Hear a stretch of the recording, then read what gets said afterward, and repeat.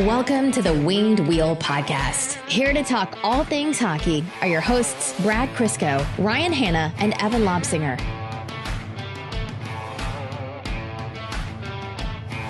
You ready for the tribute videos?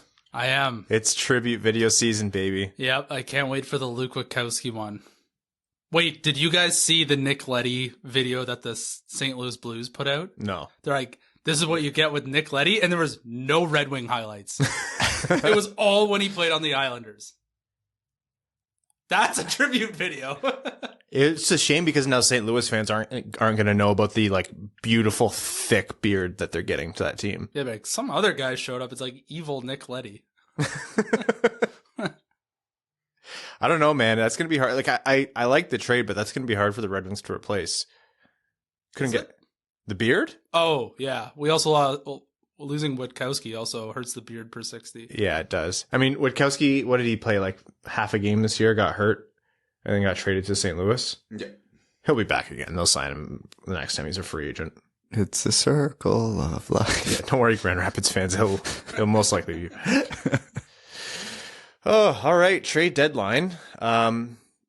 I don't want to say definitely no shocker deal this year because apparently there are still it's 5:40 p.m. Eastern right now at the time of recording this, and there are still teams on hold with NHL Central Registry trying to get their trades that they submitted pre 3 p.m. trade deadline confirmed. So Evan, I give you a hard time for being on time. But always remember that you're better than the NHL Central Registry. The poor hamster that's running that wheel to keep the lights on there. They should have done some bank days in advance. Holy crap. Yeah. Did they not think to set up a second phone line and a second laptop just in case something like this happens? Are you paying for that? They only made $5.2 billion. How could they possibly afford that? The new, the New Jersey ads that are coming in next season are going in to pay for Arizona's you want extra structure. You want faster trades reported? This is what it's going to cost you. More Jersey ads. They're upgrading from fax to dial-up. Oh my God. Do you remember when you had to wait for, your sibling or your parent to get off the phone to use the internet? I'm trying not to, but yes. That was a time. Well, we're here to recap trade deadline for the Red Wings and across the league. It was an interesting day, maybe not as many fireworks, but we're here to cover it all. Welcome to the Winged Wheel Podcast. If you're a new listener, welcome. And if you're a returning listener, thank you. I'm one of your hosts, Ryan Hanna. Excited to talk to you about Red Wings hockey in the world of the NHL. I'm Brad Crisco. And I'm Evan. Thank you guys for helping me out there. Yeah, we don't know why you added all that extra after it. I don't know, man. Sometimes I do it, sometimes I don't. No, you don't. No, you never do that. Okay, well, you're outing me in front of the new people. You're embarrassing me. You continue because you talk more than me by a large volume. So you continue. After you did that, I felt like I should make the "and I'm Evan" joke, but it just wasn't the right episode for it. On this episode of the Winged Wheel Podcast, we're going to be talking about every trade that the Red Wings both made and didn't make. We're going to be breaking it down in terms of value of return, our expectations, trade grades, all that fun stuff. And we'll also be covering what happened across the world of the NHL, as well as taking some of your questions. And we'll see how far that takes us. The trade recap episodes are always a lot of fun. Before we do that, we do want to first tell you about an event that is taking place in just over a couple weeks. Winged Wheel Podcast Night at the LCA is on Saturday, April 9th. That is a game against the Columbus Blue Jackets. And yes, you heard that right. That is the Winged Wheel Podcast partnering with the Detroit Red Wings to host an event at Little Caesars Arena before, during, and after that game. So what we're going to be doing is we're going to be hosting a live meet and greet and live episode recording in the beer garden at Little Caesars Arena. There's going to be merch, knickknacks, things to give away, prizes to win.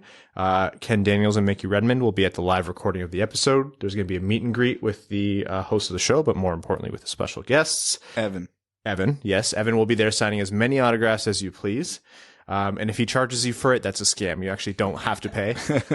That's not going to be his scam. I'm going to be the bouncer charging for Evan's autograph. I don't need you two teaming up to hustle. That's too much to handle.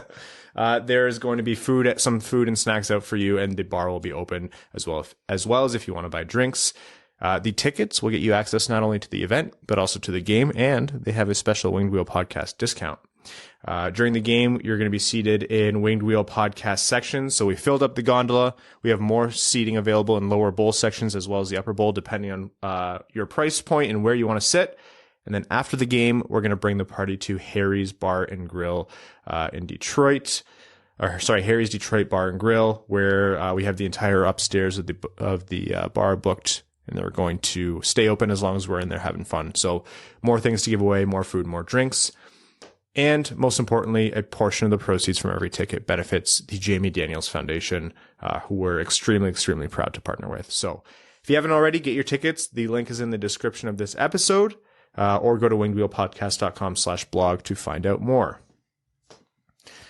Okay, well, why don't we open with the blockbuster, the true earth-shattering, mind-breaking, I can't believe this happened. It's like the Mantha trade on steroids deal.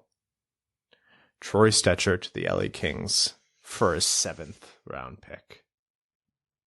That is the furthest in advance I've ever known a joke was coming. Yeah, that's all right. I want you to know that this is what it's like podcasting with you. Oh, I know. What I've been doing this episode is Big Brad energy. No, you don't seem tired enough to pull it off. Brad, you never seem tired. You always say you're tired, but you were always wired. You are both sides of that meme. The tired wired meme. They're both just Brad. I'll accept that. Okay. Troy Stecher to the LA Kings for a 7th round pick. Stecher was one of those players that we highlighted on the preview episode as, not one of Detroit's biggest draft pieces, but someone who you can count on going. We had that information from the Vancouver side of things that Stecher heard from Yzerman that he was likely to be dealt. So the return was quite literally minimal. And he did go back out west, so it's probably a little bit more preferable to him. What are your thoughts, takeaways on the trade initially? You're underwhelmed originally because when Red Wings fans think of Troy Stecher, we still tend to focus on the first half of last season where he was truly fantastic. But since then, in the brief windows he's played, he hasn't played to that level, and he's dealt with a lot of injury issues in that time. So understanding that, the rest of the league looked at Troy Stecher as a potential upside, but injury risk, uncertain asset. Mm-hmm. So it was more Yzerman doing Stecher a solid than it was anything else. It was, hey man, go get some playoff games. LA could use some depth. They're a team on the rise. Make something happen. Good luck to you. Because from the Red Wings standpoint, he wasn't going to displace Seider or Hronek on the right side, and Lindstrom's a lot younger, so it's better to get him the reps now. So it was to clear out the roster spot and to do a favor to Stecher because there was probably not a ton of interest around the league. So I saw a little bit of, I think, fair disappointment, and it was disappointment for a few reasons. First, like has been said, Stecher looked good at the start with the Red Wings, but if you add up his games played and his games missed, he's been injured for almost exactly 50% of his time with the Red Wings. And you might say, well, those are injuries. We haven't seen him regain form. There are players in front of him in the pecking order. I mean, Lindstrom really making it this year was probably the final nail in the coffin to shove him out of the way.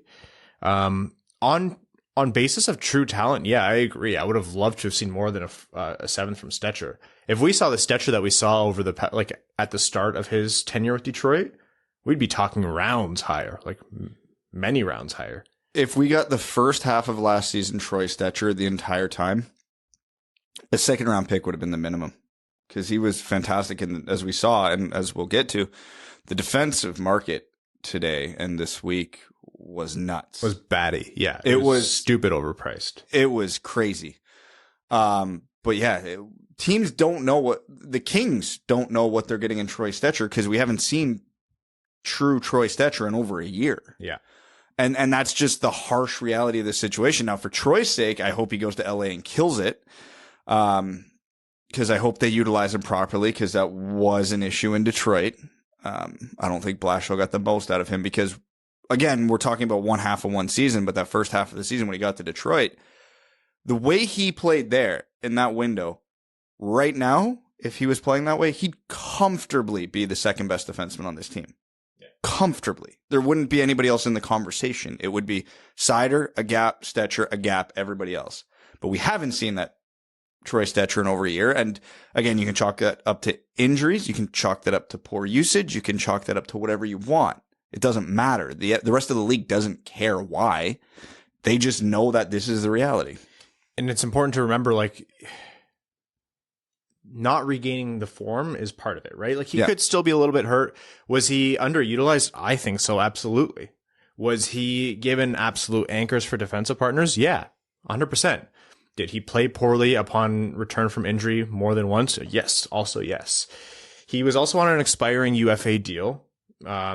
Wasn't really a threat to like come back and re-sign with Detroit. So it's not like Yzerman could have used that as leverage to say, all right, don't trade for him, but we're extending him. You know, these guys aren't stupid. They have pro scouts. The GMs are smart. They have good teams around them. They could say, okay, Yzerman, who's he displacing on the right side? That's just not how it went. So like you said, it's a favor to Troy, sends it back out west. The Red Wings get anything in return for an asset that was likely to walk.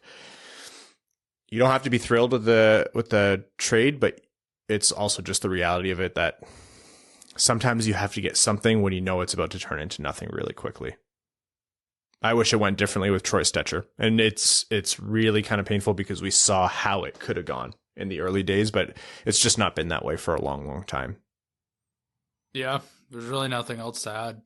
Yeah, that's he was a fan favorite though. It is easy to root for Troy, and best of luck to him and Phoebe on their upcoming road trip. He's got to drive across the continent every time he moves, eh? I did not know that. Well, is he afraid of flying? No, he has a dog, and he drives with her. Oh, that's adorable. Yeah. So Have you seen gas prices? Yeah. Well, hopefully LA gives him a little bit of a relocation fee. They better sign him to a 1-year extension, even if he never plays, just to be able to get there. Yeah. So yeah, best of luck to him, and I hope it works out for him out west. I wouldn't be surprised if we see him in Vancouver again, honestly, after the offseason, depending on how things go in LA. I honestly thought he was going to end up in Vancouver. That's what I thought too. Like today, but oh well. Well, if I'm Vancouver, I'm like, well, what am I trading for him now? We don't necessarily need him now. That's fair. We'll get him in the offseason. That's fair. Okay, so this was the big one. And I mean, the big one in terms of the Red Wings, actually, the trades that they made today. But they did deal Nick Leddy. So Nick Leddy did move. There was a little bit of a back and forth as to whether Nick Leddy would actually be traded. There was a rumor out there about a potential extension, a 3-year extension. And that harks back a little bit to what I've chatted about the last couple episodes, which is there's been a buzz about, the Red Wings need people on the left side. And if they don't get a decent offer in return for Nick Leddy, like let's say it was a 4th or a 5th, they're not going to move him for that. They want to re-sign him because they need any guys who can even remotely play hockey, which there are very few of. Anyhow, Nick Leddy ended up being traded to the St. Louis Blues, so 50% of his salary retained. So that's $2.75 million of his $5.5 million salary for the rest of the year. And Luke Witkowski in exchange for a 2023 second-round pick, as well as Jake Walman and Oscar Sundqvist. So, in essence, Yzerman acquired Nick Leddy for a second, pretty much, and then got that second back in addition to Sundqvist and Walman. This, to me, was the good return. This, to me, cemented the day as, if nothing else happens, I'm perfectly fine with how this day went. The Red Wings got a decent asset back for someone who I think was expendable, because Nick Leddy, bless him, was not a second-round pick-worthy player this year, in my mind. We spent a ton of time, too much time, last episode talking about how reputation matters in trades. And a lot of that's what happened here. Now, there's the obvious, I don't even know what to call it, but the obvious caveat that there's a good chance Nick Leddy's going to be a lot better in St. Louis than he was in Detroit, because he's going to get a lot more help in St. Louis than he got in Detroit. Yes. So, and that's fine. Like, Red Wings fans should not be upset when that happens. That's just the reality of cheering for a team in a rebuild with a lot of holes in the lineup. But if you look at this season in a bubble and what Nick Leddy has done this season, he absolutely is not worth a second round pick. So Steve, that was a very tidy piece of business from Steve Yzerman. I wasn't sure fully if he was going to get moved for the reasons Ryan alluded to a couple minutes ago. But once I saw how that defensive market was shaping up this week and especially today, if I would have been in that office, I would have been smashing the table telling Steve Yzerman to trade him. And I'm glad he did, because obviously that was a hell of a return, because it's a really good trade on a few fronts. And obviously the second round pick is the most important, because it recoups the second round pick that they gave up for him. So basically they rented him for half of a season with a little bit of interest and got their deposit back. They got Oscar Sundqvist in return, who is he's probably just a fourth line player, but he's an upgrade on every fourth line player the Red Wings have right now. Mm-hmm. And they got Jake Walman, who's a 26-year-old defenseman, but he's a left shot defenseman, which is relevant. He was playing in a very limited, very sheltered role in St. Louis, but at least by the analytics was performing very well in that role. So he's much like Juolevi. It's worth the gamble just to see, because you need guys there that are going to play there. And he is under team control still, for next season. I think Sundqvist is as well. So the Red Wings got 3 usable pieces back.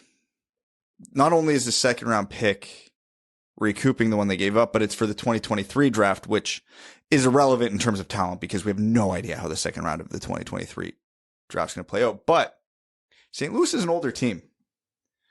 They are a team. I'm not saying that it's likely to happen, but they are a team that if you had to circle teams in the NHL who could fall a little next year and fall down the standings, St. Louis would be one of those teams. So there's a half decent chance that second round pick is the middle of the second round and not pick like 60 if they had traded them to hypothetically Florida. Who are going to be good forever. Yeah. So that's also an upside and could be a win too. So yeah, everything in that trade was just a really, really masterful by Yzerman, just capitalizing on the, hey, we don't want this team to fall off a cliff now.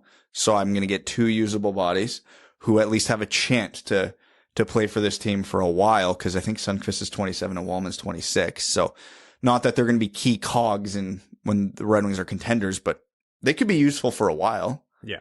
And obviously the second round pick being the most important part, because we sat here all last episode going, if they get, now this is before we saw how the defensive market really shaped up, but we were sitting here saying, hey, if they got a third round for how Leddy's played this year, that'd be great. So a second rounder plus 2 usable pieces, phenomenal. Yeah, by Friday or Saturday, based on the trades that we saw, I was like, okay, he's not worth it, but I want a second for Leddy. Yeah. Like Troy Stecher is one thing. He doesn't quite have the name value. He doesn't have the experience, whatever. Leddy has a reputation where that is a prime candidate to oversell. And that's what Yzerman did. You know, being disappointed in the Leddy trade initially, like when Detroit acquired him, because second was too much. Yeah. Probably based on the return that we got from, or the kind of play that the Red Wings saw from Nick Leddy, but also understanding too that it was a bit of a cap dump from the Islanders. And I know it's overstated, but the Red Wings did need someone halfway competent to play on the left side.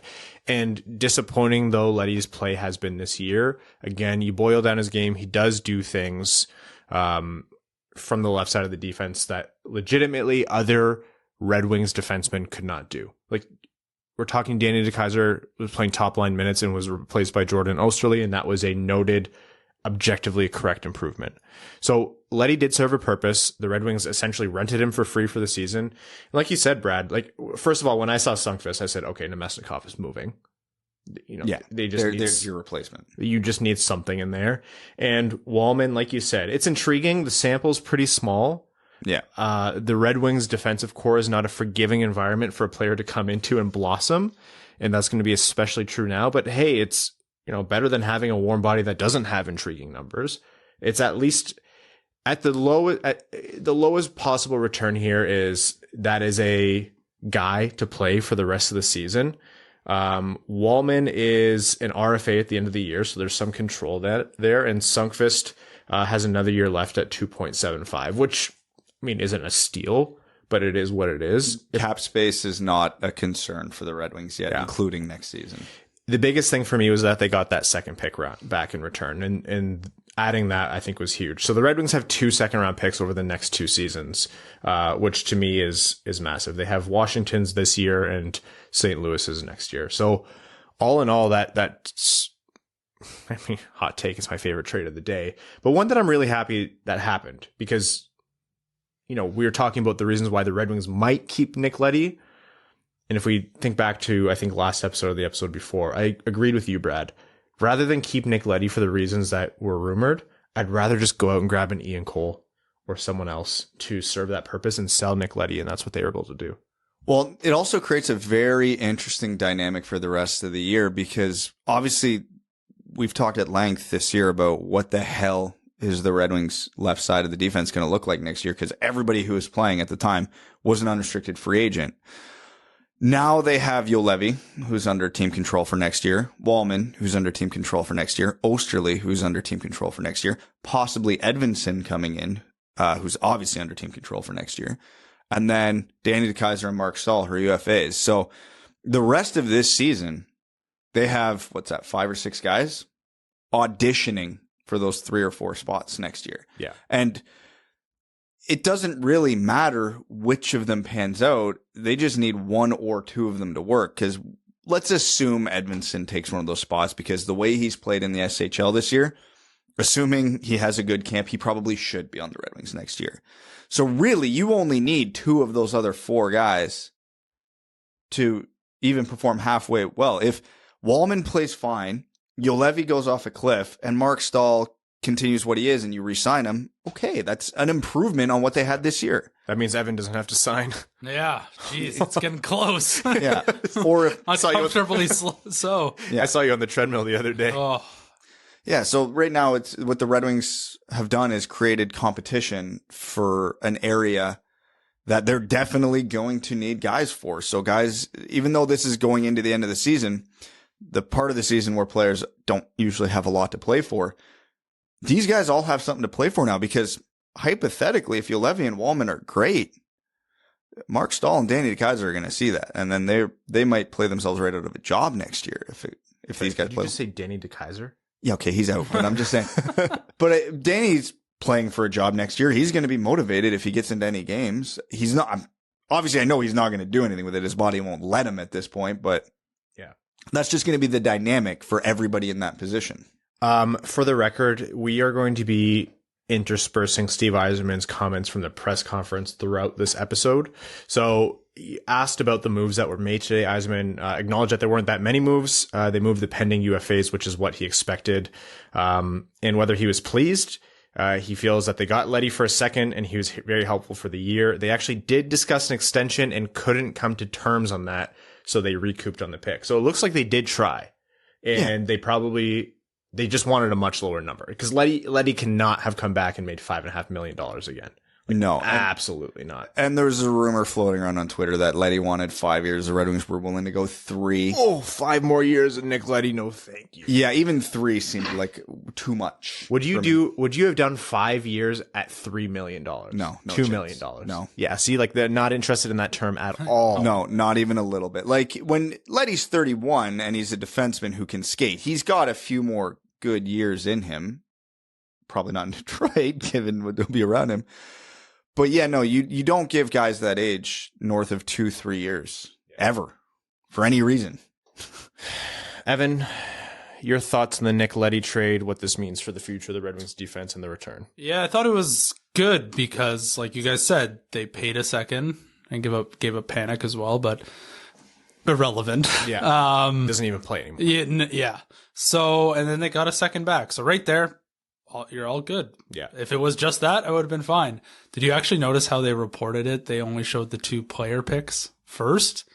And then later it was announced that there was also a second. Yeah. So I was a little nervous at the start. I know. I saw that and I was like, That was the first time I was the voice of reason on Twitter. First time in my life. Oh, God. Because I saw that and I immediately new. I'm like, that's not it. There's no way. So I sent out the tweet, hey, this is probably just to recoup some contracts. Hamster had to take a water break. Yeah, there's definitely something else coming back, because I saw the same tweets you were, and everybody was freaking the hell out. And I'm like, guys, calm down. Yeah. Reports have been leaking slowly today. I'm sure we're not done. Yzerman also said that they weren't caught off guard by the way the market worked. Some of the players that they had that they, would have been on the market were injured, which is something that teams making a push aren't really interested in. Yeah. Who is injured on the Red Wings that anybody would have cared about? Oh, we really wanted Danny DeKeyser, but oh man. I don't know who he's talking about there. Yeah, I am. Well, there's two people. Who took the maintenance days today? Larkin and Stahl. Stahl might be something there. Yeah, I can see that. Anyhow, all in all, it looks like a very well, first of all, it's an Yzerman presser, so he's hardly doing jumping jacks. Yeah. But it seems to be we did what we could. We're happy with the return we got on Leddy, and we did what we could with the rest. So let's get into the last trade here. And it was a pretty simple one, and it was held until the 11th hour. It broke just around 3 p.m., and it wasn't actually confirmed until 10 minutes ago. And that was Vlad Namestnikov to the Dallas Stars, 50% salary retained, so $1 million retained on his deal. So the Red Wings between Hronek, Leddy, and Namestnikov are maxed out on the amount of contracts that they could retain salary on for the rest of the season, in exchange for a 2024 fourth-round pick from Dallas. I do think that's encouraging that Yzerman thinks we'll survive nuclear winter until 2024. That's fantastic. But that was the return, and that was a very that was a tough one for Wings fans to swallow, especially considering this wasn't a Leddy level, someone overpaid for this guy return. Yeah, when Mantha got traded, most Wings fans loved Anthony Mantha, and they're like, oh, no, I don't want him to go. And then they saw the return. They're like, oh, it's fine. That didn't happen here. So first thing I will say to all the Wings fans who are rightfully upset on Twitter for Namestnikov leaving, he is a pending UFA. If he really, truly wants to be here and Yzerman really, truly wants to have him, he could be back in a few months. I'm not saying he will be. We've not seen any reports whether that's even going to be an option, but it almost never happens. It's very, very rare. It is nice to think about, though. But it's possible, okay? The rest of this season means nothing to the Red Wings. The Red Wings had very few pending UFAs who anybody would even give a shit about. So given that they only traded 3 of them, that's not a coincidence. Those are probably the only guys anybody even inquired about. So just to get that out of the way. The 4th round pick is exactly Vlad Namestnikov's value because it's the 3rd time he's been traded for a 4th round pick. The market's been set on him by him. Yeah, I almost forgot for a couple minutes when I was talking about Namestnikov. I'm like, yeah, Namestnikov for a 4th is probably fair. I'm like, where have I heard that before? Oh, literally with Namestnikov. Yeah. Yeah. Now, the way he's played this year, could you make a case he should have got more than a 4th? Yeah, probably. Especially with some salary retained. But there's a couple ways to look at that to justify it. One, we live in our Red Wings bubble where someone like Vlad Namestnikov appears way better than he actually is because we're comparing him to the rest of the Red Wings, which outside of the top 4 or 5 forwards is not anything to write home about. And 2, we saw the rest for as hot as the defensive market was this week, the forward market was not strong. If you look at Andrew Kopp went for 2 conditional seconds and he's a very useful middle 6 center. We've had conversations about him as a potential free agent coming into Detroit, but the forward market wasn't crazy. There was lots of guys out there what was it? Pittsburgh didn't even have to give up a guaranteed 1st round pick for Rickard Rakell. Which is crazy. Yeah. Yeah. It's just the way the market works. Defense was everything everybody wanted, and forwards were like, yeah, we could stand to fill out the roster. So it sucks to see Vlad go because he was a fan favorite, but the cold hard fact of it is this is about right. And if he wasn't guaranteed to sign an extension, you trade the guys that you can get any half decent return for. If someone offered Steve Yzerman, let's say a 6th or a 7th round pick for Sam Gagner, and Yzerman goes, you know what? No, he's too well liked in the room. That's not worth it to lose that guy out of the room. Fair. A 4th round pick does have value. So if someone's willing to give you a 4th round pick for a bottom 6 forward and he hasn't signed a contract extension or he's not part of your long-term plans, you have to do it. That's the cold, hard reality of the NHL. So I think that's all that this came down to. If there were, I think it's fair to be disappointed. You know, Namestnikov loves Detroit, fan favorite, easy guy to root for, heart and soul player, and that's fine. And I think it's fair to be disappointed in the 4th round pick because you know at one point maybe he was playing at a level that would have justified higher, or in different market conditions he could have gotten more. But like you said, Brad, I would have been more disappointed if he wasn't moved at all because he's worth something and they got something. I mean, if the market dictated a return of a 5th or a 6th, then I wouldn't care so much. But that's a free 4th for a guy who you don't know is going to be back. Yeah, it's not a great trade. But it's the trade that it looked like they had to make. It came at the 11th hour, again, like late in the game. So very obviously Yzerman was holding a guy that was very easy to sell for as long as possible. And the 4th is what it was. I'm not too pressed about the salary retained. Like whenever you talk about salary retained, yes, you should in theory get more when you're doing that. But it was $1 million. You know what? Like, GMs know how much cap space you have. They know you're not going to be doing anything else with it. So it's the leverage doesn't go away, but I don't know.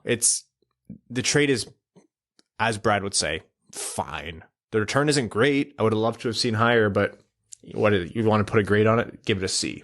Who cares? It's been pretty cold since his heater. Yeah, he has actually. So that doesn't help either because he needs to do what Nick Leddy did, which is turn it on when he got close to the trade deadline. Literally one game before. Yeah. So it's whatever. If he really wants to be in Detroit, he's a free agent. He could resign or sign in the offseason if he wants.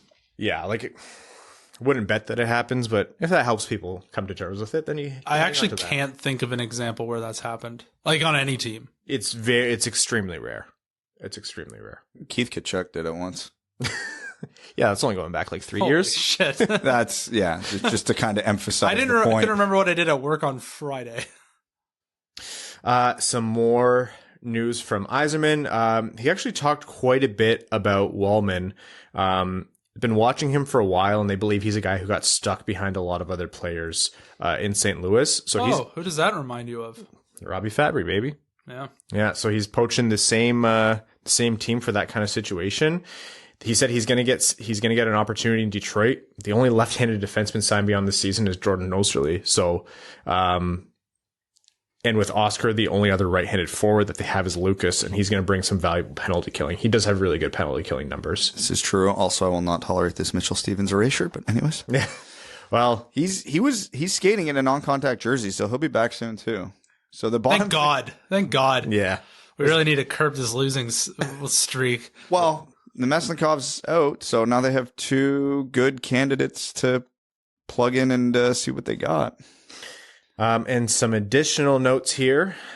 He was asked about Jeff Blashill, and he said, "We're here to talk about the trade deadline. There'll be a time to sit down in the future with Jeff to discuss what's next." I appreciate whoever asked that, but I could have told you that was going to be the answer. Yeah. Almost verbatim. Also, it's important to note that Joe Veleno and Taro Hirose were made available for the AHL playoffs. Okay, good. And with Mark Stahl, asked about Mark Stahl, Yzerman acknowledged that they're going to need defense on the left side. Wouldn't make any commitments, but Stahl is someone that they're going to consider between now and July. So as we've talked about, there is going to need to be some gap filling on the left side. Akin to this year, you're not going to be changing the world with your Edvinson's going to hopefully come in, and that's essentially the only big move, maybe. Depends on his camp, so you do need to fill in a little bit. Sabrango shoot left or right? I forget. He's a lefty, but he's not a consideration for the team next year. He's still got a lot more development to go. Okay. But bringing back Mark Stahl would make sense, and we've mentioned that before, just because you're not going into next season with Edvinsson, Juolevi, Walman, Hronek, Seider, and Lindstrom. That would be an exceptionally young defensive group compared to the rest of the NHL, and you need at least one guy who's been there, done that before. So if it's those 6 and Mark Stahl, and that's the 7 you're rolling with next year, sure, great. Or Osterley instead of Juolevi, I don't care. Pick whatever you want. But yeah, that tracks.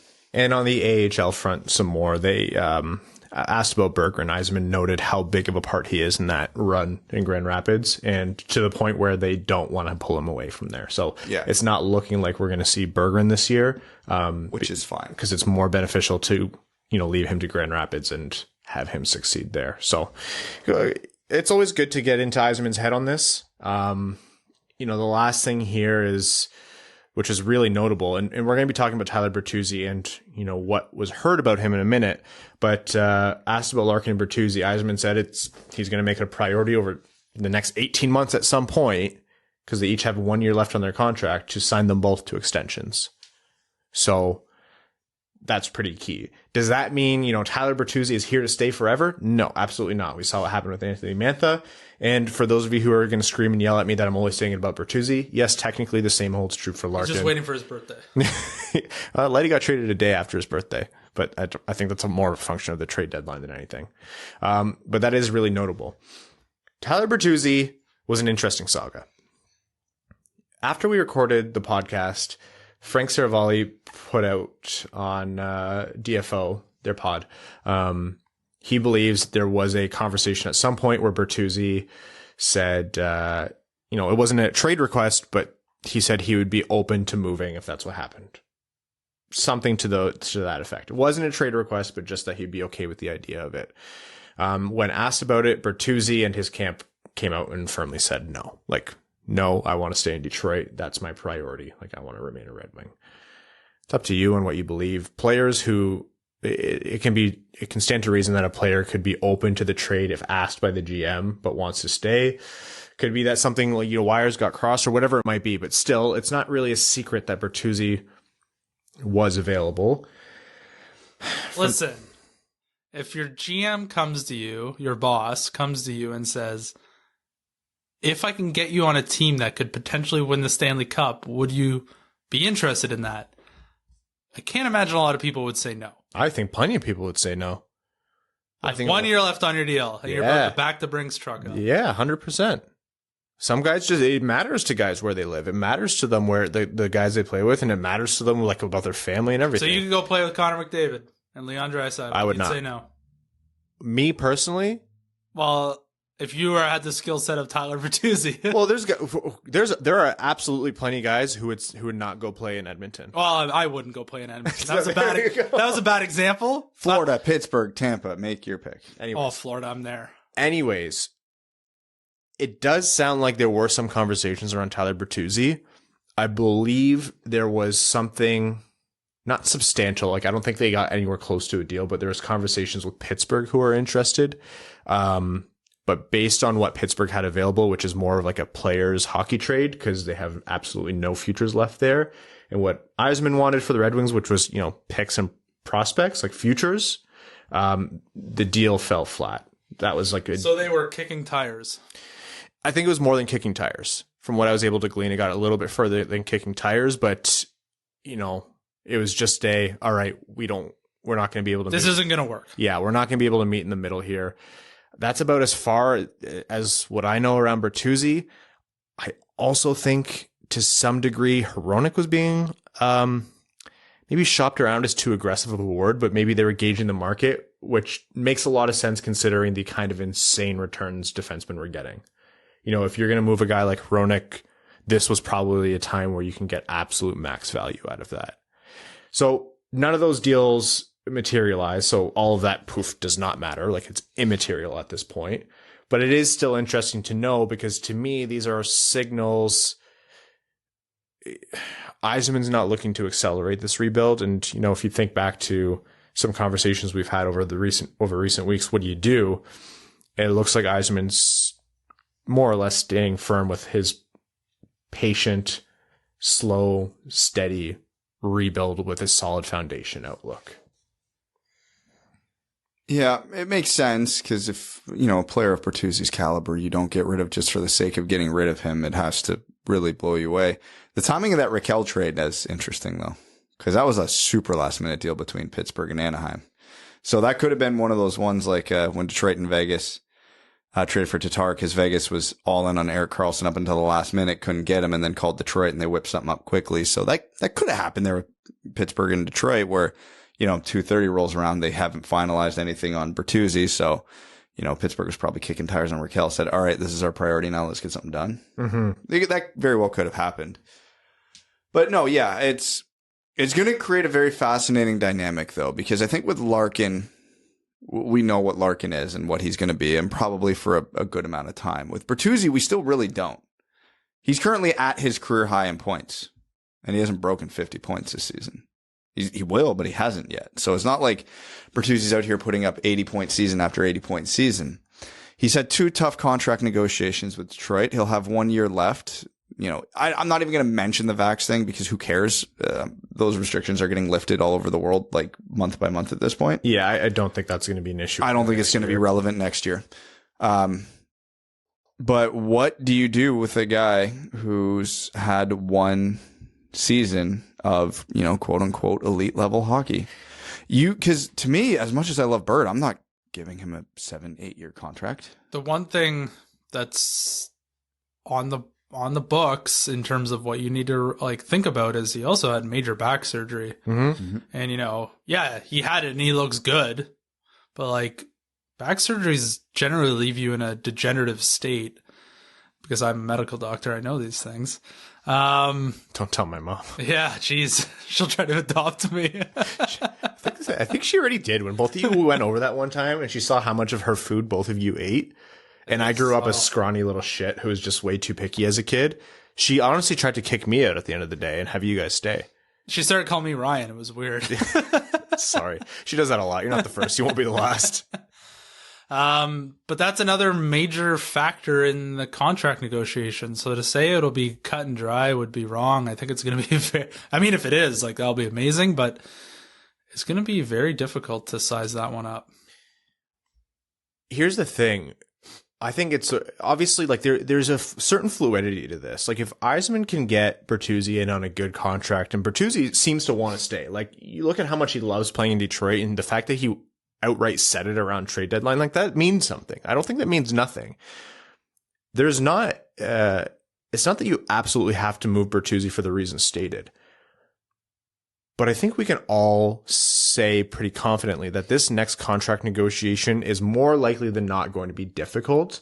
And if it's not, it'll be surprising based on what we've seen, right, over the last 2. Just because the previous 2 have already been rocky, and I don't even know where to begin on what Tyler Bertuzzi's next contract will or should look like. Because even though he's having a career this year, he's been wildly inconsistent within that 1 year.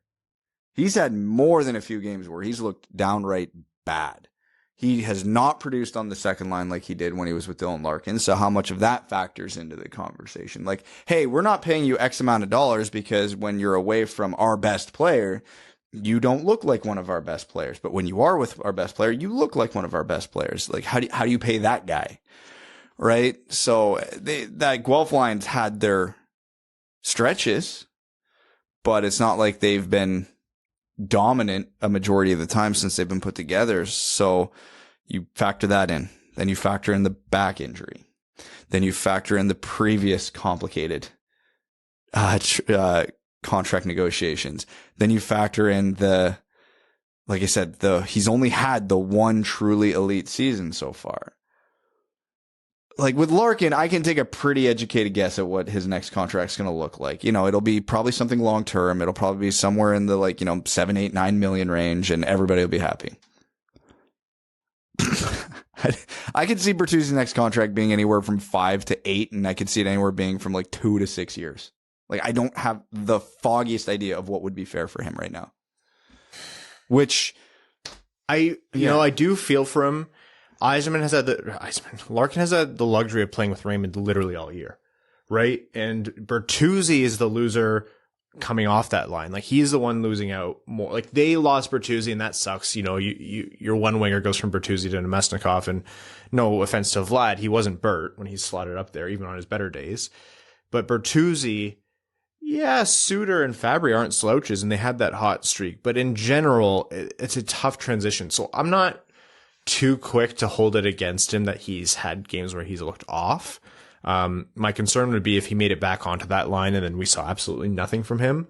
But okay, here's the opposite point. But here's the thing. It's easy to dismiss that stuff because it's probably right. But when you're talking tens of millions of dollars, it's going to matter. It's going to matter. And ignoring that stuff is how you get into bad contract situations. It's how you end up with Justin Abdelkader at 100% $1 billion. Hey, what do you think is the single most traumatic event of Brad Crisco's life? If you had to guess. I have no idea. I'll still never forgive you for defending that contract when it was signed. This was a rhetorical question? Yes, it was. Oh, sorry. And I can't believe that you couldn't pick up what I was putting down there. Because so many things came to my head that it could or could not be. I want you to name something that isn't the Abdelkader contract, because now I'm curious. It was, I don't know. The Abby contract. My defense was half-hearted, and I was trying to not be a grump. The De Keyser contract was the one that I actually tried to defend. I was wrong. Just get it right about what I was wrong about way back when. Oh, how we've grown. Some more asked about re-signing Namestnikov. More Yzerman quips here. Yzerman recognized that Vlad played for the better part of 2 seasons and played really well for Detroit. He's a member of another organization now, so he can't comment on that, but they'll be looking into the free agent market to improve their team again next year. That is so many words to say, not a damn thing. I think you can say he's not coming back. That's the old wink, wink, nudge, nudge. I think that's saying we're going to look at Vlad if he's available. Yeah, I do too. Yeah. Okay. Hopefully. That's the old, I can't say this, but. Yeah. Yeah. And there's more in there on Soderblom and Edvinsson and, overall selling market, but we'll get into that in future date. What do you think about Filip Hronek? Because my first thought when I saw these trade returns, which we'll get into after the ad break here, when I saw these trade returns for defensemen, I was like, hey, look, I'm not a sell Hronek at any cost kind of guy, but I'm a sell Hronek if a team wants to pay you an absolute king's ransom for him. And his situation, and work with me here on this one, is not entirely dissimilar to the Mantha situation, right? Cost controlled. You kind of know what he is, and he might be better on a different team in a different situation. I'm not surprised to hear he was shopped around, if that's the right way to phrase it. I didn't see a ton around his name though. It wasn't like Bert. No, there wasn't a lot out there. I'm sure teams called, but Hronek's what, 24, 25? 24. Yeah, 24. So he's very young. He fits the bill better than anybody when having the conversation of you gotta keep somebody half decent through the rebuild, right? Does Bert not also apply there? The 3-year age gap does make it a different conversation, but no, it could definitely apply. Because that was going to be my argument against what we were talking about, which is, okay, yeah, you can always min-max and sell guys for as much as you can, blah, blah, blah. But if they keep Bert, it's not like that's still a really good player that you're keeping, and you need those guys for cup runs. Anyways, keep going about Hronek. Yeah. So we mentioned last episode, the Red Wings' right side is not as deep as we and others make it sound. Because if, you got Seider and Hronek and Lindstrom right now, who are all decent and to great in Seider's case, and who are all young and that can be the right side for a long, long time if you want it to be. That's it for guarantees, because we don't know what Tuomisto is going to be and the rest of the pipeline, or if any of the lefties can play the right side. We have no clue. So Hronek is at least a bit of certainty there. Because even Lindstrom, I don't think we can say for sure we know exactly what he is just yet. Pretty good idea. Not anything special, but can play a role over there. Could Hronek improve? Yeah. Has he had the greatest year? No. Is there still a lot of concerns around his game? Yeah. But like you said, he's young and cost controlled. He's the type of guy that you keep in this exact type of situation. Now, if someone came along and threw like a Brandon Hagel level offer at him, oh yeah, you take that trade 100 out of 100 times. But it obviously didn't happen, or else it would have happened. So hot take. Yeah. So I don't think anybody should be disappointed that he's kicking around, and until you find a replacement for him, there's probably not much sense moving him unless teams are literally tripping over themselves to get at him.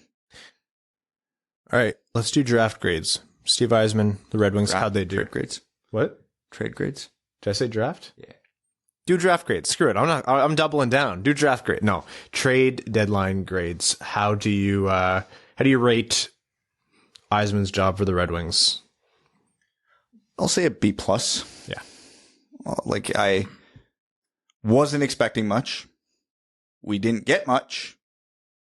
One of the trades came in well over what we were expecting. One came in a little under, and the other was about right.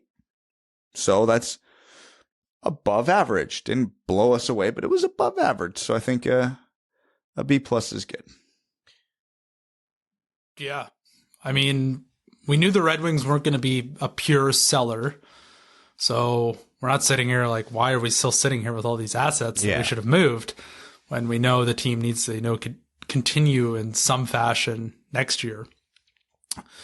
So with that being said, it was just okay. Like, it was a B plus. It was just okay. Like, the fact that he got basically what he paid for Leddy is excellent. Plus 2 more players to plug and play and see what they've got. That's great. Stecher, just whatever. That's just being a good guy. And then I thought, there could be a little bit more on Namestnikov, but clearly there wasn't. If the best thing you can do is salary retain 4th round pick, then whatever. So I don't know what my expectations were for the trade deadline today, but it was just, I was waiting for that one trade all day for any of the teams to just be like, holy shit, I can't believe this happened, and it never did. No. So I don't know really how to feel right now. For me, the overall day for the Red Wings comes in at like a dead average B, or whatever you want to call it. Did we fleece anyone? Maybe St. Louis a little bit. According to their fans, they definitely did. Yeah. There were more than a few replies to St. Louis's tweet about the trade saying, if Steve Yzerman calls you, hang up the phone. Because it's the second time this has happened now. Yeah. The Leddy trade for me is, if the Leddy trade or something equivalent didn't happen, I think Leddy was the true litmus test for the Red Wings, I would have been disappointed. And not only did that trade happen, the return was great in my mind. It was a really strong return, one that I could walk away thinking, I'm satisfied even if the rest is underwhelming. And it kind of was. Stecher moving for a 7th, I'm not going to give that a good trade grade arbitrarily, but it kind of is what it is. And with Namestnikov, it's like, is it a big deal to retain $1 million? No. Is a 4th a great pick in return? No. Is it about what the market was doing with forwards? Yeah, sure. So overall, I think the Leddy one was really good, and that's what brings it up to like a B plus if you want to get pedantic about it. I walk away from it thinking, okay, there were no steps backwards. The rebuild, the Yzerplan, if you will, moves on. There are more decisions to come. It's also, keep note, this doesn't all have to happen at the trade deadline. They can still trade. We can make trades right now. Talked about, and in the off season, Bert could go, Hronek could go, Vrana could go, Stahl. I think Stahl is a UFA, but I think the only reason why maybe if I was gonna say I'm disappointed in it, is because all of the teams who are contenders this year are loading up. Every team is going out and just you get a first. Yeah, what do you want? We're putting together an absolute wagon, and we're going to try and win this year. So that's maybe why I thought, oh, wow, someone will be in on Bertuzzi absolutely and pay top dollar for it. And it just didn't happen. So maybe that's one thing that I need to move away from. I don't know. Yeah, I think overall, looking at the trade deadline, I think a lot of fans were expecting more trades than just the 3 or a bigger return. But, for the most part, trade deadline's rental season. And if you looked at the body of work that the Red Wings pending UFAs put in this season, it was terrible. Vlad Namestnikov was the only one that I think we could say was half decent this year. Mark Stahl memes aside. So the Red Wings had a very bad pending UFA group rental crop, and Steve Yzerman walked away with a 2nd, a 4th, a 7th, and 2 usable players out of a very bad UFA crop. Mm-hmm. So if you just look at it from that lens, I think he did phenomenal.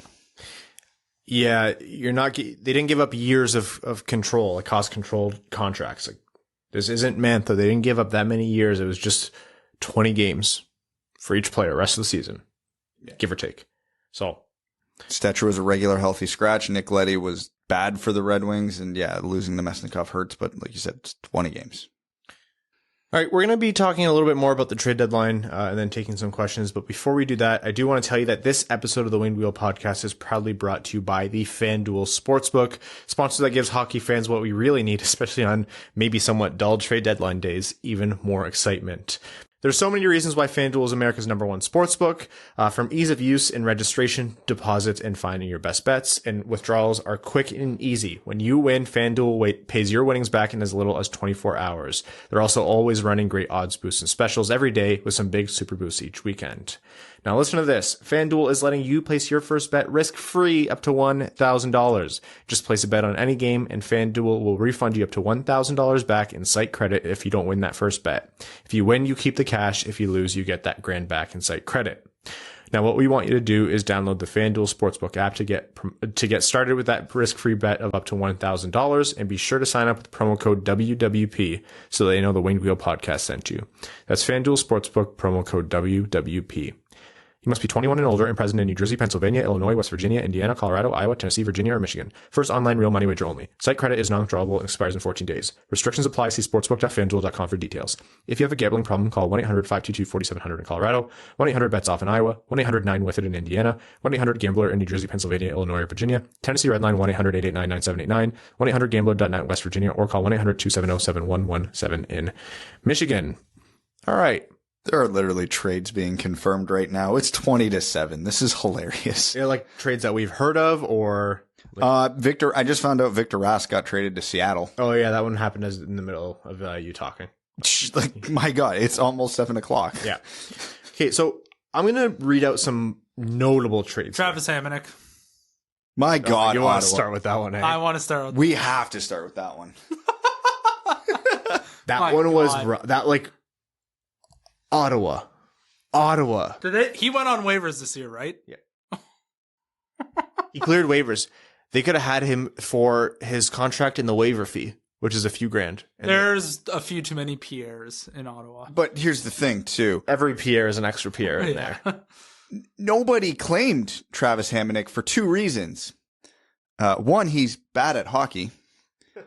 And two, the mountain of baggage that follows this man around wherever he goes. Yeah, you have to be really shitty for you to be widely disliked in a hockey dressing room. Hockey dressing rooms aren't exactly filled with like... It's not the hall of good guys. No, it's not. Anyone who's played hockey over the course of time knows that these aren't, moral beacons in that room. Yeah.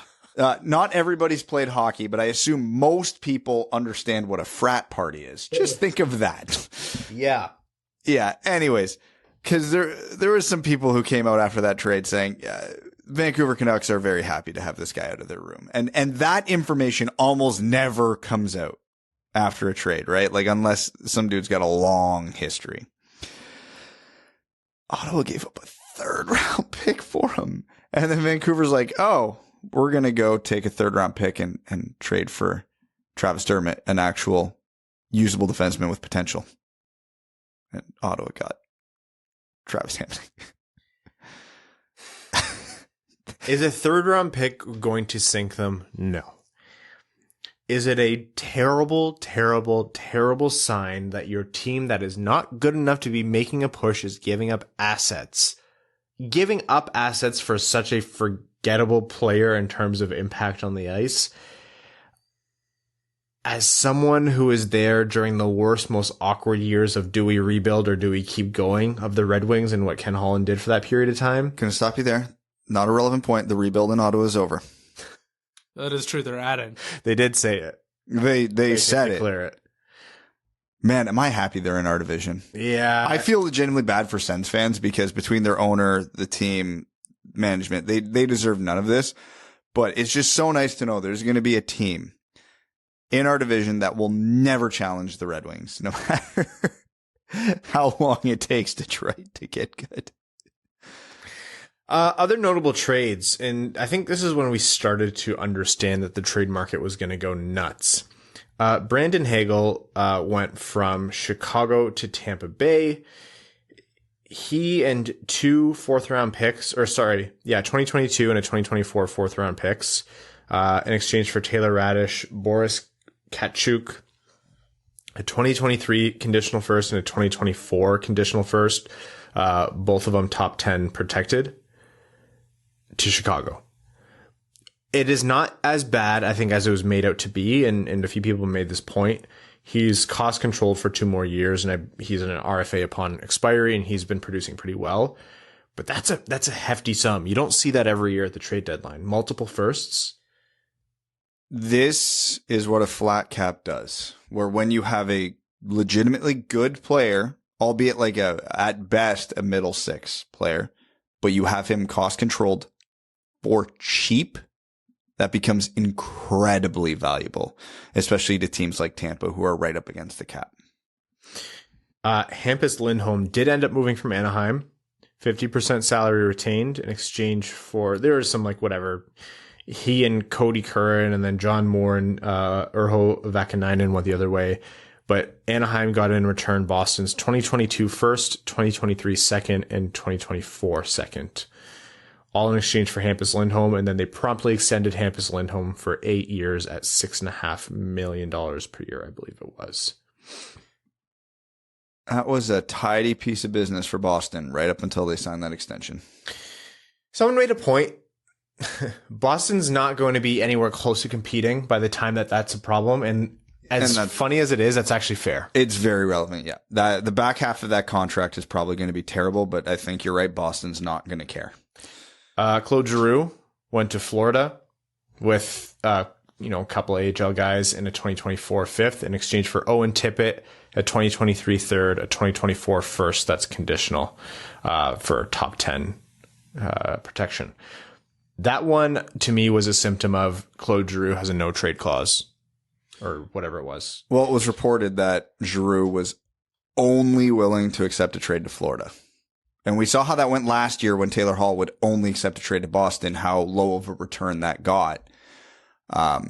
So to get a first-round pick and a pretty decent reclamation project like Owen Tippett, that's not bad. And again, Giroux's a pure rental. Like, he could sign an extension in Florida, but the trade did not come with that extension. And Florida's in win-now mode. So it makes sense for both sides. Which, by the way, did you see any pictures or video of Owen Tippett's first game with Philly? Mm-mm. That is the most amount of orange I've ever seen on my screen at one time. No player has ever matched the Flyers better than Owen Tippett. The amount of these deals aren't all terrible. Like, I'm not saying that they're bad and they're all overpaid, but the amount of first round picks flying around to me was what was surprising.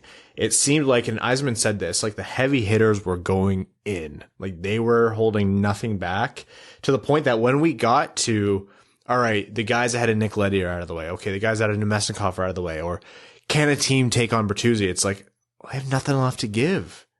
Yeah, we were, I think it was about a half hour before Nick Leddy was trading. Someone reported that Florida was kicking tires on him, and everybody ran to Florida's cap friendly page just to realize that of their next 6 first and second round picks, they only had one of them left, and it was a second in 2023. Yeah. Like, they are the definition of all in, but it's worth noting, and I think Prashant brought this up on Twitter, and I'm glad he did, because it's not mentioned enough. Not all first round picks are created equal. You see like Brandon Hagel getting 2 firsts. That's not like Edmonton or Detroit gave up 2 first round picks. Tampa gave up like probably pick 27 and pick 31. Rough for a team with Connor McDavid and Leon Draisaitl being lumped in with Detroit. But like I'm talking like middle to early in the first round. That is not the same. I know we were talking about a few episodes ago where, some fans are disappointed that Joe Veleno has evolved into looking like probably a third line center at the NHL level. For the 30th overall pick, that's phenomenal value. The Detroit actually punched above the draft slot there, even though he was technically a first round pick. So a team like Florida, who's probably going to be picking in that range for the next 3 years, if you end up with half a season out of Claude Giroux, Sam Reinhart, and the Ben Sherratt trade was terrible, but still, you ended up with, 3 very good pieces towards Cup run. Of course you do that. Of course you do that.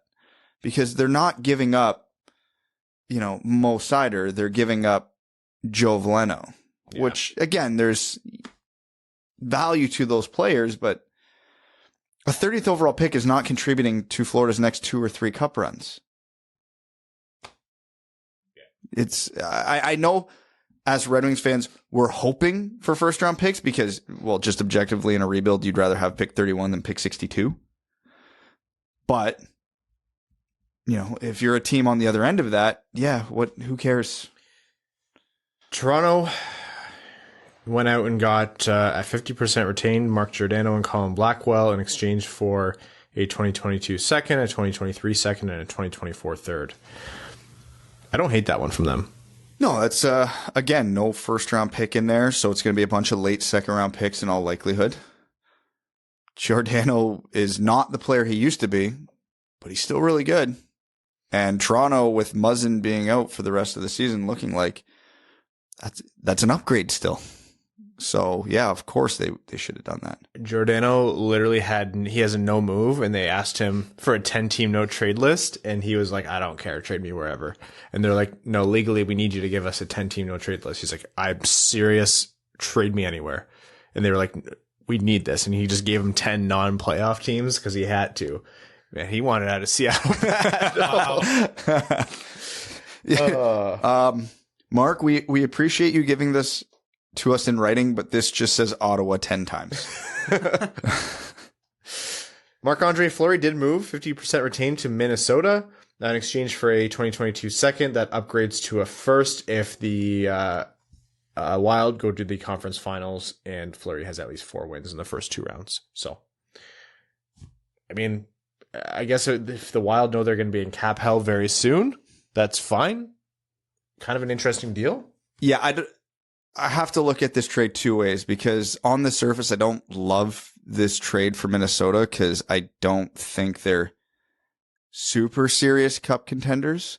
The West is a little more wide open than the East, so they have that going for them, but they have to go through St. Louis, Colorado, and then probably Calgary or whoever just to get to the finals, and I don't love their odds in any of those series. So giving up a second round pick for Fleury isn't the worst idea in the world. It only turns into a first if they actually take out a couple of those teams. But then the flip side of that for me is, oh yeah, they're screwed next year. You might as well go for it now. Yeah. You might as well. So yeah, I thought that was a good trade for them because of that. Chicago's not doing poorly, eh?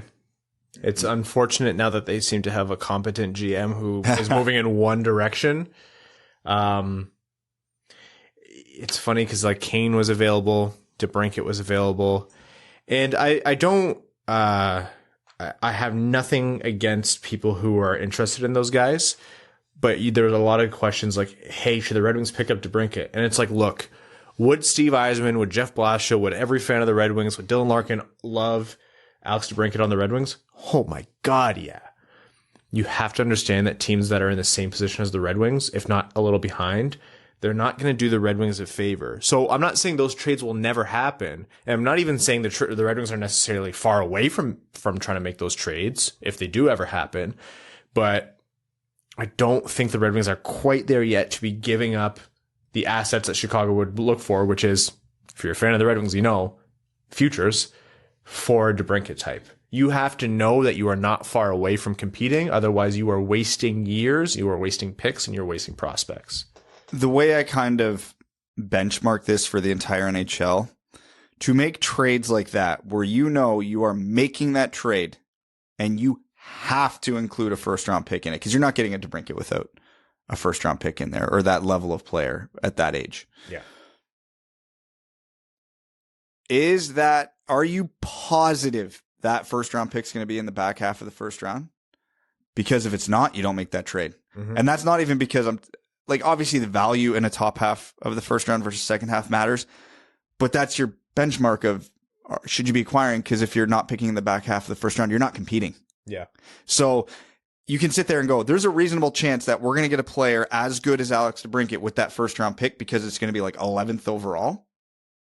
Well, that guy's going to be 4, 5, 6, 7 years younger than the player you're acquiring, and you're not competing.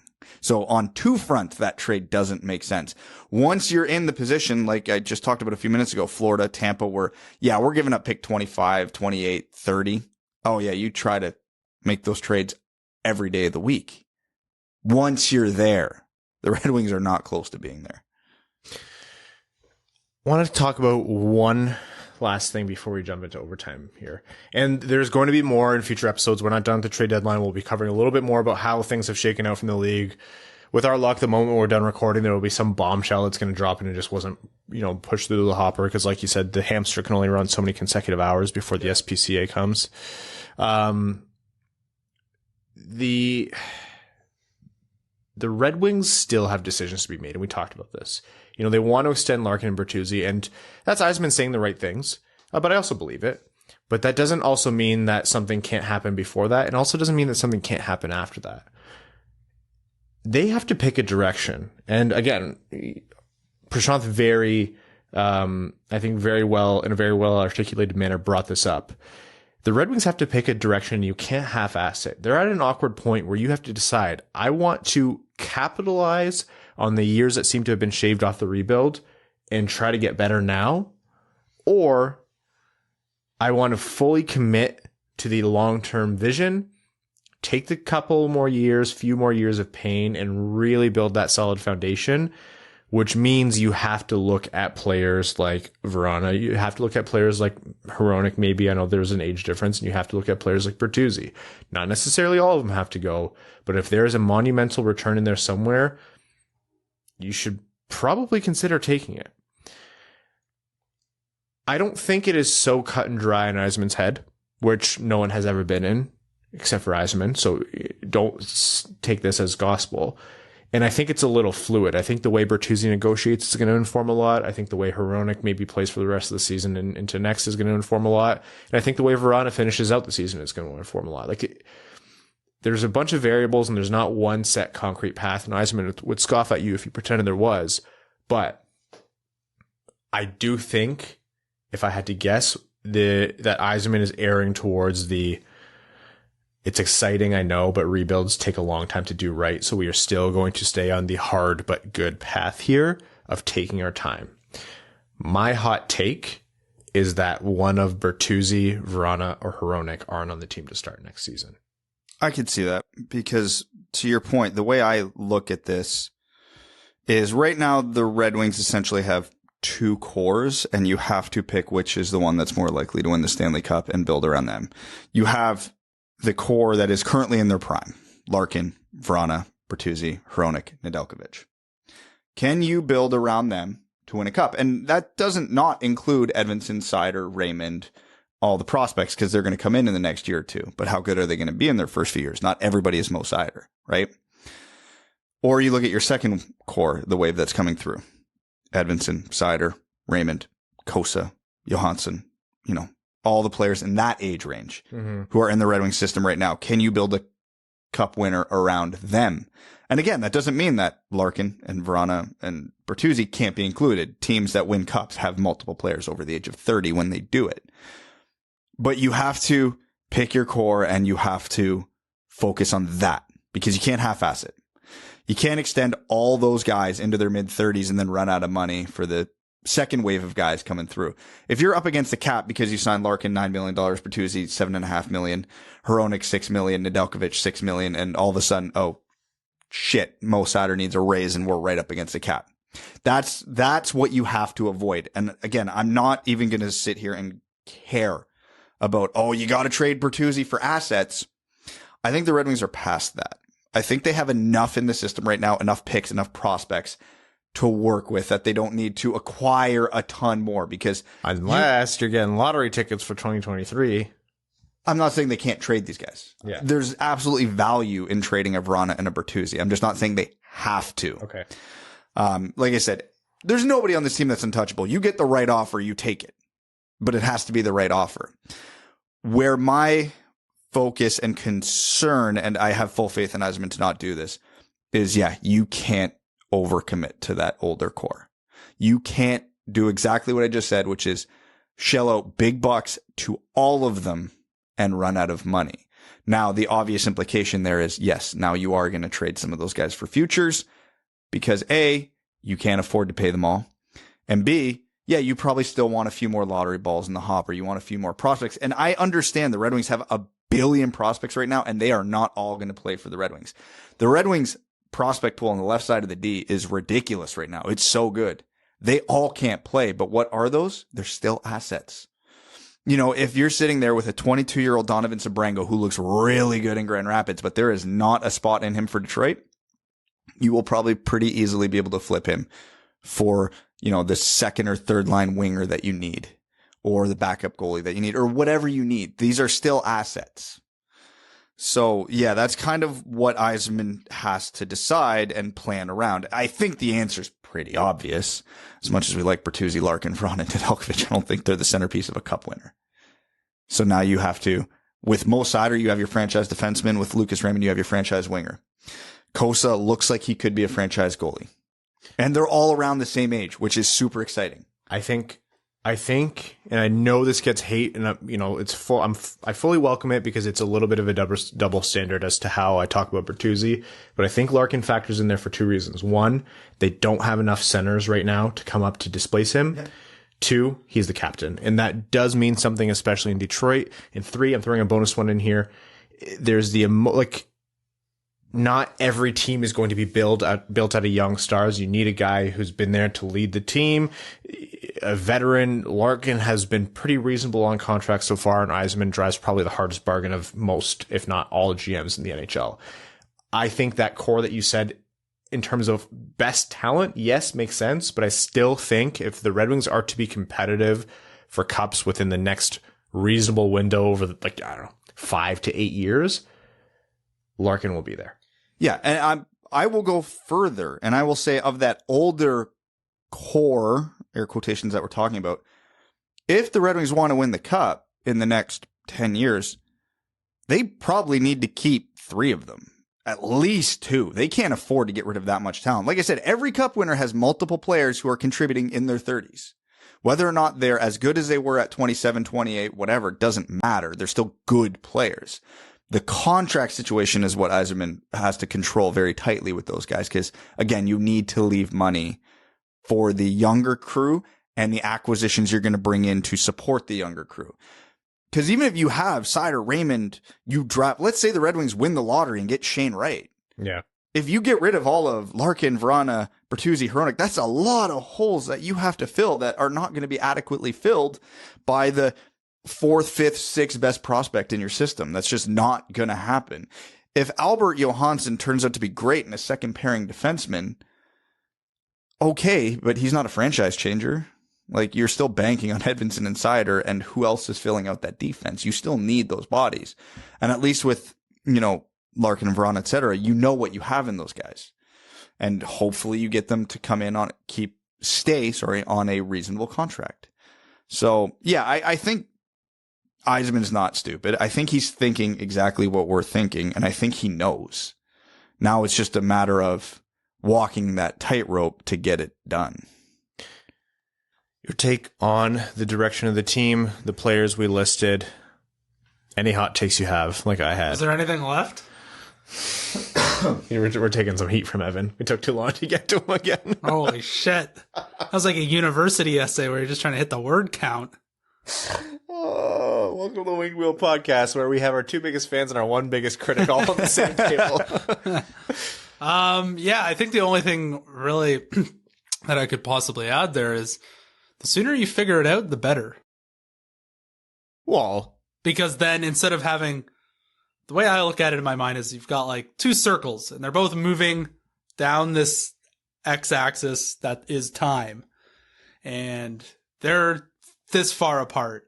Sooner you figure out what the hell this one is, the older core, and if they're going to be the ones who are going to win the Stanley Cup or not, then you can start taking that circle apart and putting it closer to the one that's also moving down. Godspeed to those who are audio only, who have any idea what you just said. Subscribe to our YouTube channel. Hit the bell. Oh my God. You see, that's why we can't go to you too early, buddy. You're dying. Yeah, so the sooner you figure it out, the better, so that you can start taking what you've got now in your older core and starting to attach it to come up behind your younger core. You know what I'm trying to say? You're bringing in a stream of talent in a more iterative and consecutive manner, rather than having two distinct ones. And in that, it's a really good way to look at it too, because there's kind of a constant flow, not of always like Siders and Raymonds, but really good players coming up. And I'm not talking good players. I'm talking like you need to have like franchise, like 1A kind of guys. Oh, teams go decades without that though. Yeah, they're called the Red Wings. I think the Red Wings have gone decade without that. There was probably one time around the 80s before. Oh, no. I mean in recent memory. Yeah. So, and to oversimplify what you just put, and I think you did put it well once you got past the weird circles thing.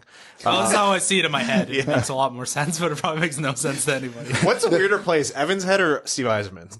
Oh, definitely Evans. Well, you don't know what's happening. He's like door number 3. Yeah. I just imagine Evans' head like that scene from It's Always Sunny in Philadelphia with the board, and he's trying to figure it out. Yeah. Carol. The sooner they make a decision on those premier pieces, the Bertuzzi, the Vrana, the Hronek, one way or another, the better it is. Well, and it's coming up to the point of no return because the I would argue out of that group, the 3 most important pieces, all their contracts expire at the end of next year. No, Vrana's got 2 years after this one. I would argue Nedeljkovic is more important than Vrana at the current moment in time.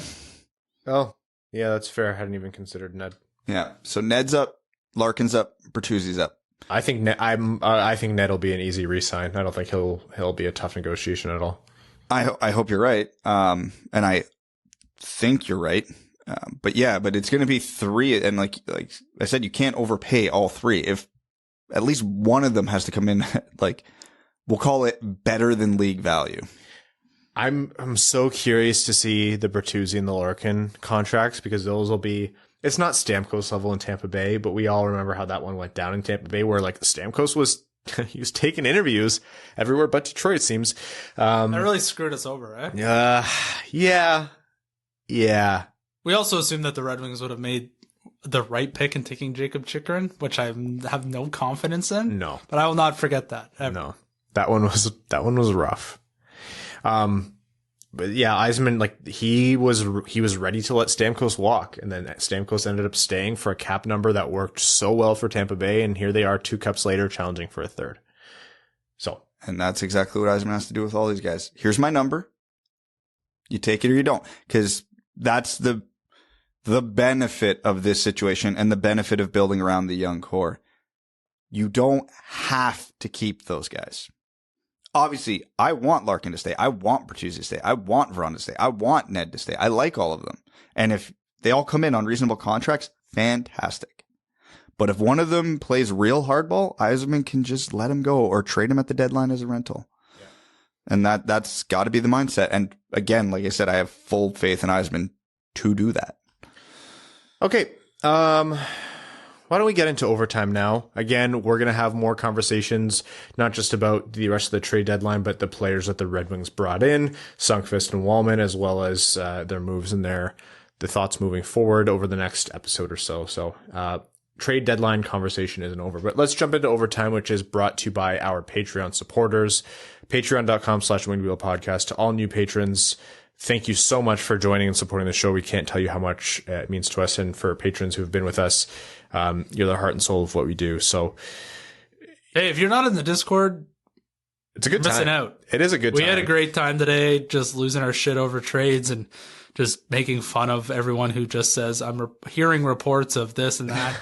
We had the most fun. So, you got to spare a couple bucks laying around. It gets you into the Discord. It's totally worth it because we have a lot of fun. If you ever want to know where Evan really opens up, it's not with me and Brad. It's with the Discord. Oh, yeah. Yeah, that's we have a good time. That's Evan's time to shine. Okay, I know people were kind of holding out as the trade deadline flowed through. So we have a few questions here. Hockeytown Racing Academy for the Blind said, why was Stevie quiet this trade deadline? And now that question is obsolete, don't you love seeing Michigan carry the entire Big Ten on their back in the NCAA tournament for the 2nd straight year? I don't know if you're talking about hockey or basketball, but I love the fact that I don't know that. So first of all, we were recording the Deadline preview episode for my March Madness, or for that night of March Madness when Kentucky lost. And I was just like, it was a massive episode, lots of edits, took me a while to get through. And like, I was winding down for the night and I was like, oh man, Kentucky, what an upset. I looked at my bracket. They were my champion. They were the winner. That's what I had too. Oh my God. I had them in my final four. I have a tradition of picking against Michigan every year as a reverse jinx. And so I'm happy that has been going well. I had Michigan going to, I think, the Elite Eight in my bracket, at the very least, the Sweet 16. So thank you, Michigan. Yeah. Babe Landeskog says, who did you want to see traded from any team but didn't get moved? Oh, man, that's a good question. Phil? I wanted to see Phil go for another cup. I'm shocked he didn't, to be honest. Huge contract, and he's having a pretty down year. And he's probably also the guy who's just like, no, I'm good. Yeah. He's like, yeah, all right. It's like, Phil, we didn't trade you past 3 p.m. He's like, what's 3 p.m.? They're like, the trade deadline. He's like, oh. Yeah. Okay. I'm personally upset. Sorry, you go ahead. No, I was going to say some bullshit. I don't know why, but I see watching Anaheim sell everything. I was like, I would love to see someone just go, you know what? YOLO, we're getting John Gibson. That's what I was thinking too. Yes. Because like that. The Leafs, I was thinking like maybe the Leafs are crazy because they've done they throw around their first round picks, and Nick Robertson hasn't really stuck as well as I thought he would this year. I thought they were just going to go ham and be like, this is it. We see you, Florida. We're putting our chips in too. Do you think Toronto has some PTSD from picking up a goalie from Anaheim? How that worked out? Frederick Anderson. Oh, yes. Yeah. I mean, he was eons ago. He was good, though. He was good until he wasn't, and then he was again. Yeah. Great this year. Yeah. Weird how that works. Funny how that works. I'm sad they couldn't find a home for Connor McDavid. He has to continue to struggle out there in Edmonton. Yep. You got to feel for the guy. I thought James Reimer would maybe have gotten moved as well to Toronto. Stay Fresh Cheesebag says, how about the big brass ones on Helene just straight up asking Yzerman about Blash? Hey, I'm honestly, is it the point of the press conference? No. Will the GM often turn down those questions? Sure. But that's a reporter's job, is to ask. So genuinely respect. Oh, no, yeah, she had to. Anybody who's even glanced at Red Wings Twitter in the last 3 weeks knows where the fan base stands on the coaching right now. So, of course, it's going to be a relevant topic. This one is from a user called Parking on the Street. They say, I'm tired now from all the suspense for some underwhelming things.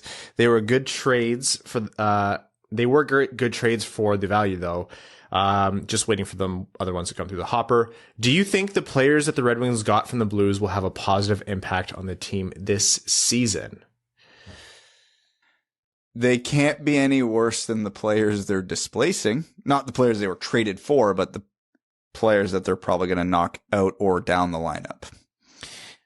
I struggle to say that they're going to have a massively positive impact. I think there's a potential we could be pleasantly surprised. I mean, anytime you add another Swede, which Yzerman insists is a happy coincidence, it's going to be a good thing for the Red Wings. And Sundqvist is also known as like a great character guy in the room. Like, he's really well liked. Yeah, like, it's hard to lose Namestnikov, and it's hard to lose Nick Leddy, especially considering relative to the rest of the defense, he was competent. I don't know. Don't get your hopes too far up, but they could still be decent, at least for Detroit. What the hell are you doing? I'm multitasking because my laptop is about to lift off, as you can hear the fans start going, and it's not great. This one's for our SDPN friends. AJ Voss says, what came first, Michael Bunting's first NHL goal or Moritz Seider being drafted? Oh, God. The answer is Michael Bunting's first NHL goal, which he scored for Arizona on December 11th, 2018. Oh, my God. So just in case anyone has an opinion on... I already told you. I am literally and figuratively willing to die on this hill. Anchorman style fight, Winged Wheel podcast. Choose your weapon. Versus we meet at dawn. Podcast. Do we get Anaheim involved here? Just like to have the Zegers crew just to make it a little more chaotic? We may as well. Yeah. I don't know. So I will die on that hill. Who are you going after? Because each of Literally anyone. there's 3 of them and 3 of We us. already know who Brad has to fight. Yeah. Brad and Steve for the most chaotic, loud, shrieky fight of all time. I'll take whoever you don't want. It doesn't matter to me. I don't want to fight either of them. I'm already full of rage-a-hall, so it doesn't matter. Who do we think is tougher between Adam and Jesse? Because Evan's in better shape than me. Jesse's bigger, but Adam's got the dad strength. Adam does have dad strength. You know what? It can be a game time decision. Also, How about this? We'll let them pick. Yeah, seriously. Their player played in the NHL 6 years earlier. They can pick first because they have already done this. Seniority, that's right. Seniority. Yeah. You know, it's a passionate argument when Evan is bringing it up, bringing up another pod and their opinions on something related to the Red Wings. Like, this is the most inflamed I've seen your heart. Not actually, we'd bring you to the doctor, but I have nothing else to say. We'll see you at dawn. Okay. We have time for some Reddit comments. Actually, hold on. The funniest part about that, Evan talking about the STPN simply because the last time Steve came on the episode on Zoom and Evan was actually there, he's like, "Oh, I thought you were just a joke." I'll show you a joke, Steve. he didn't think you actually existed. He thought it was a running gag. Funny thing is, Evan is actually a joke, but he is indeed real. We'll see who's the joke. Evan said, choose whatever weapons, and he's going to come shirtless, just in basketball shorts, nothing but his bare fists, and some rage and his allergies. That'll be the worst part for them. First Reddit comment is from Calgary Cheek Clapper. Says, I love the Leddy trade. Not sure about Vlad, though. Maybe he comes back in the summer. To be fair, he's been invisible for several months now. So, I mean, we touched about the actual possibility of him returning. I think the Red Wings would be interested, but it's just so much has to happen for that to work out. But that last point is what you said, Evan. He has been... What did I say? Well, he has been invisible for the last little while. Oh, yeah. I mean, I don't want to say invisible. It's not like Namestnikov's been playing bad hockey for the Red Wings, but the team overall has sucked, and Namestnikov hasn't been going... Hurts your value. Well above Team's and beyond. bad and you're good, it can keep you afloat, but if everybody's bad, it's like a stone in water. This one is from Ando772, who's asking if Oscar can be that solid center behind Larkin that they've been looking for. Yzerman has new projects along with Levy. I think it's fair to be, reasonably excited about the depth, but keep in mind that Sundqvist is going to be likely a fourth line guy, maybe third, and Walman is going to be probably, I don't want to say bottom pairing because the Red Wings left D depth is poor, but have low expectations for these guys and be happy with kind of any output. Sundqvist, at this point in his career, is very well established who he is as a player, and he has 15 points in 41 games this year on a much better team. So I'll just leave it at that. Yeah, it's his penalty. He has penalty kill prowess. We can't forget that. Did you love Luke Glendening? Let me tell you about Swedish Luke Glendening. Look, I did love Luke Glendening, and the only thing that you could make that could make Luke Glendening better is if he was Swedish Luke Glendening for the Detroit Red Wings. And he's younger. And honestly, Sundqvist's upside is better than Glendening's was, but you get the point. I am losing my mind. Literally at the end of this episode, it's 7:15 right now, nearly in the evening, and I just got a notification. Elliot Friedman, Anaheim, Las Vegas. I hate how he does that. Anaheim, Vegas trade coming down. Dadonov in a second in 2023 or 2024 for John Moore and Ryan Kessler's contract. The trade is what it is, but trades are still coming through. This is the most classic NHL thing of all time. Guys. To be fair, it was reported a couple hours ago that Dadonov was traded to Anaheim, but there was no details on what the trade was, just that he was going there. Max Domi did end up making it to Carolina. Yeah. For Hershuk, and there were some picks because Florida acted as a middleman to retain 25% of the salary. Oh my God, we've got a little bit of cap space. Why don't we just be a middleman? It's well, they actually asked Yzerman about that if there was any more. He's like, they were approached, but probably just didn't see the value there. Teams know that there's cap space and they think that they can get it for cheap. They're like, you have the cap space, why not just do it? And at some point you have to balance. He's like, yeah, but it's ours. Yeah. You have to balance, okay, I'm going to do it to get something, probably with how they did for the Leddy and Namestnikov trades because they retain 50%. And at some point you're like, I'm not going to withhold $3, $4, $5 million for you for a 6th round pick. Like, that's not worth it for us. And we don't want to set that precedent. That's bad for us and that's bad for the market. Well, the Red Wings maxed out how many guys they could withhold. How much they could retain. So it came down to, would you have wanted to get the 6th round pick to be the middleman on that trade, or get the 4th round pick for Namestnikov? Mm-hmm. And, well, it's 2 rounds better. So the answer is obvious. Yeah. Lots to talk about. Stay tuned for next episode. It's going to be coming at you Thursday evening. We'll aim to have it out before the Red Wings game that night. But stay tuned. Thank you all so much for tuning in and enjoying the trade deadline with us. More to come. I'd like to thank the sponsors of this podcast, the FanDuel Sportsbook, as well as our name-level supporters on Patreon. Arjun Shankar. I am so sorry. I have one more comment to read from Patreon. And it is actually from our good friend Arjun Shankar. And this is super informative. Evan, you're going to want to tune into this. Did you know... Sorry, the actual comment reads, no, it's not loading now. Hey, fans of the Winged Wheel podcast. For those who don't know, the team that Brad plays for clinched first place. That team is called the Elora Rocks. They are literally named after rocks because Elora has a quarry. In order to motivate, close enough. In order to motivate the Rocks on their playoff push, if you are coming to Winged Wheel podcast meetup, be sure to bring your prettiest, heaviest rocks for Brad to bring home and share with his teammates. See you there. Okay, please don't bring rocks to the arena. Yeah, don't. That will get you in trouble. But please do have pebbles and stones for Brad to carry in his pockets after the game. I will not carry them. The larger, the better. Do you know how many comments I've gotten or questions I got from people saying, are they actually the Elora Rocks? Yes. And I say, yes. So, like, for a quick background, the town, small, of Elora, their big tourist attraction around here is they actually do have a really big, beautiful gorge for people to go tubing, hang out in. It is very nice. It is wonderful. And our home arena is literally right beside it. At the bottom. Like, it's right beside it. And, like, obviously this is the main attraction for the whole city. So yeah, they really lean into it, and it's beautiful. It's nice. I love taking the family down there, but it does make for a weird hockey team name. And It was filmed there. Really? The movie? Yeah. It? The one that came out not too long ago? Yeah. I didn't know that. Yep. I actually didn't know that. Huh. Yep. Well, don't show the kids that movie.